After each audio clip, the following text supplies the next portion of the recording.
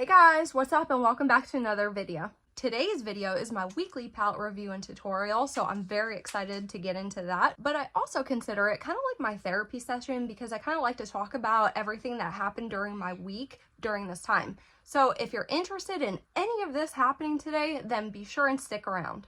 So guys, the palette that we're going to be talking about today is from a brand called Treslúce Beauty. It's called Midnight Deseos, and I did receive this in my BoxyCharm Premium. I have tried this out a few times before, but during this past weekend, I've really had the time and chance to really deep dive into it, and I do have quite a bit of thoughts about it. So here's the inside color story that we're going to be working with today, and I would consider this almost like a rosy tone neutral palette. And going in and using this color story today, we're going to do a really nice black smoky eye. So if you have this palette in your collection and you were kind of wondering what kind of looks to do with it, then be sure and stick around for the tutorial. And if you're also curious about my personal experience with this palette or my thoughts, opinions, anything like that, then be sure and stick around for part 2 of this video where we're going to get into all the fine details and I'll let you know everything there is to know about this palette. Hey everybody, welcome to the tutorial part of this video. So we're going to try something different, and for the past 2 videos I started with makeup on because I filmed some previous content before this. So what we're going to do is just take the makeup off of one eye and work with that today. Alright, so you guys know how I always like to start with my eye prep steps like priming, setting it, all that kind of stuff. Well, when I went ahead and tested the base experience with this palette, I found out that this palette works just fine on a completely bare and untouched eye. So today I'm not going to go through the entire process of doing all the eye prep because it's just pointless, so why waste the time? So today we're just going to work on a completely bare, untouched eye. I do have a little bit of foundation powder that I'm wearing all over my face on the eye, but you know, it doesn't matter if you do that or not. So we're just going to go ahead and commence the eye look. So the very first shade we're going to use is the deepest shade in the palette called Rebirth. And the first thing that we're going to go ahead and work on our eye is our foundation. So we're going to kind of do a gradient build with this. So we're going to go from darkest to lightest and start by outlining the contour of our eye first. So I'm taking this really deep dark shade and I'm going to put this directly into my crease and start building it up all the way around my eye, outlining the entire contour of my eye area. If you have hooded eyes like I do, then you want to make sure that you kind of move your lid around and get really deep into that crease so you don't have any patchy spots.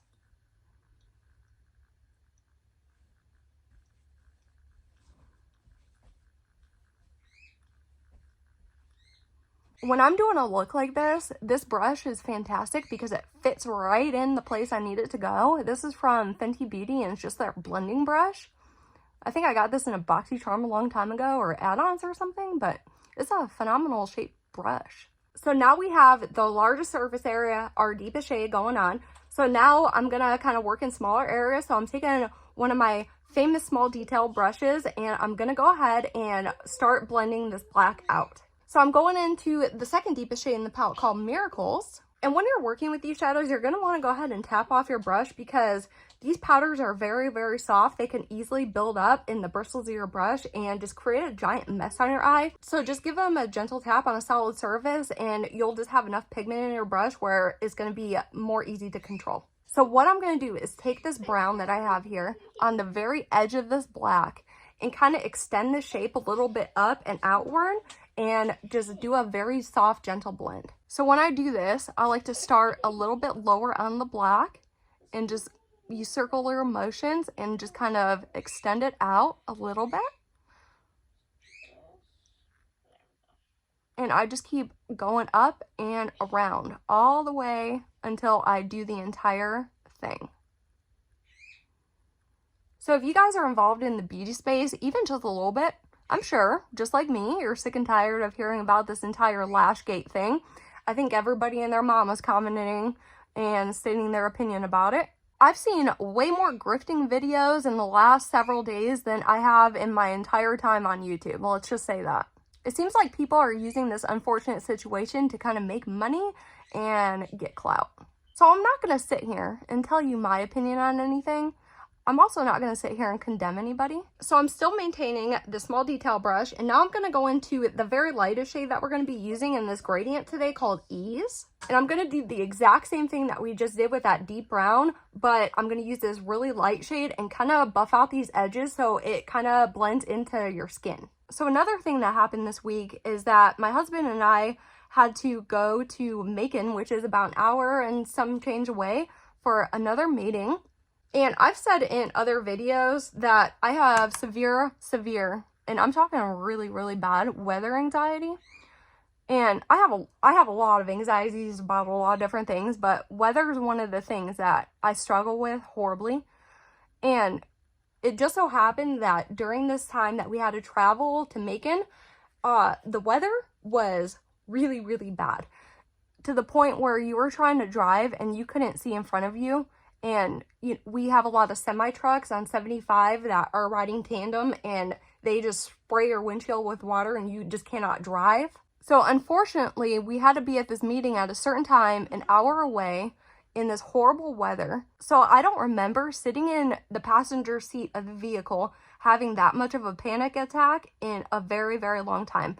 I could swear to you that we were going to die on the way there. Everything did end up being all right. We made it to our appointment in time. It ends up that our appointment was accidentally the day before, but we thought it was the next day, so we were really a day late for the appointment, but they did end up squeezing us in. So we got everything all said and done, so everything's going well with that. But, you know, it was just really, really bad. And I could still see how the weather was in my mind, just reliving it, and I just can't think about that anymore. It's really scary. So I'm taking this blending brush and going into the bright purple shade called Ethereal.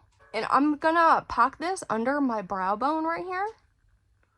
The shade really just brightens up this area, and it could easily be blended into that light shade called Ease that we used. I think it really does nice things for this look, so don't skip this part.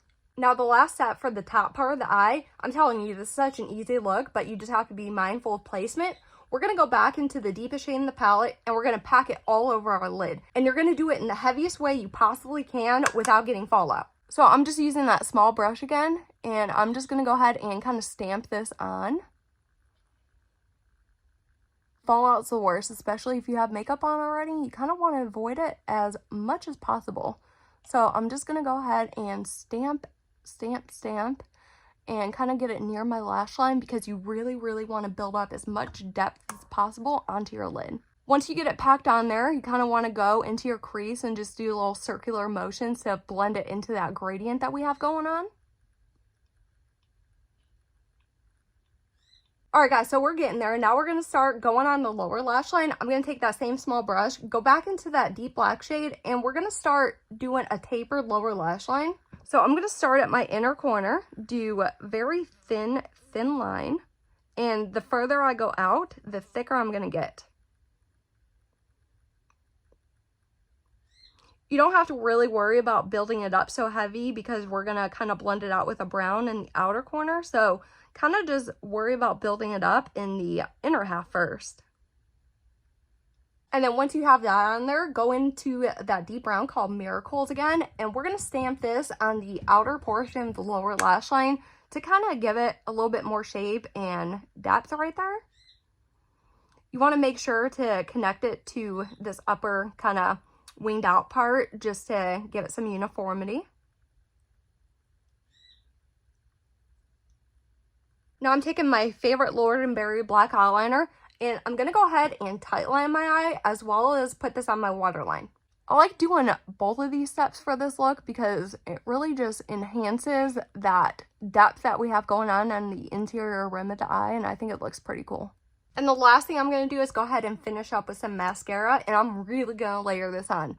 Of course, if you want some super drama, go ahead and apply a false lash. Alright guys, so I went ahead and layered the crap out of some mascara on my eye, and I think the end result is pretty nice. I love a black smoky eye. Actually, I love kind of any color smoky eye, but black really makes a statement. And if you recall, during this entire process, we only used 2 brushes, and you could essentially just get away with this look using 1 brush if you really want to. Something else is you don't need this palette to create a look like this. You can use any palette that you want, just as long as you use a dark, mid-tone, and light shade. You can do this look any sort of way that you want. I also really like that this look is really flattering and universal on anybody with any sort of eye shape, because remember, you do contour your own eye out and you do make it your own shape. So guys, with all that being said, we're going to go ahead and hop into part 2 of this video, which is the in-depth review, so I can go ahead and tell you everything that I found out about this palette. Hey guys, welcome to part 2 of this video. This is such a fun part because I get to tell you everything, the good, the bad, and the ugly about the palette that we just used. So again, this is from Treslúce Beauty, available at Ulta, and this is called the Midnight Deseos palette.